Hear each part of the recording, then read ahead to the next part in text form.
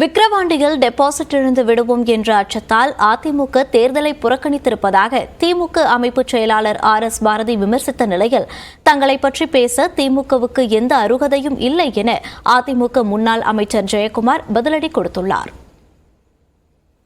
ஒன்றும் failure ஆகிடுவாங்கன்றது deposit வாங்க ஏற்கனவே இந்த பார்லிமெண்ட் எலெக்ஷனில் பல இடத்துல டெபாசிட் போச்சு.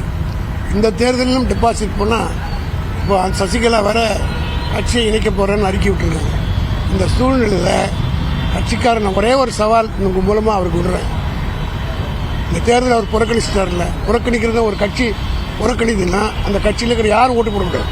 அதிமுக இருக்கிற கிளைக்கழக செயலாளர், அதிமுக இருக்கிற நிர்வாகிகள், கவுன்சிலர்கள் இவங்கெல்லாம் ஓட்டு போட்டாங்களான்னு ஒரு கணக்கு எடுத்துட்டு அப்படி அவங்க ஓட்டு போட்டு இருந்தாங்கன்னு வச்சுங்க, அவங்கெல்லாம் எடப்பாடி புறக்கணிச்சிட்டாங்க. நீங்கள் ஒரு விஷயம் புரிஞ்சுக்கணும்.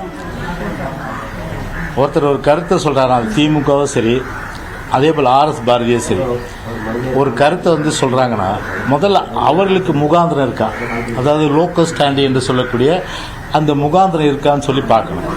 திமுகவுக்கு எந்த ஒரு முகாந்திரமும் இல்லை, ஒரு அருகதையும் இல்லை என்றுதான் இந்த நேரத்தில் ஆணித்தரமாக நான் சொல்கிறேன். நான் காலங்காலமாக ரெட்டலைக்கு போட்ட தொண்டர்கள், காலங்காலமாக ரெட்டலைக்கு போட்ட பொதுமக்கள், எந்த காலத்திலும் சரி அந்த கை மாறவே மாறாது.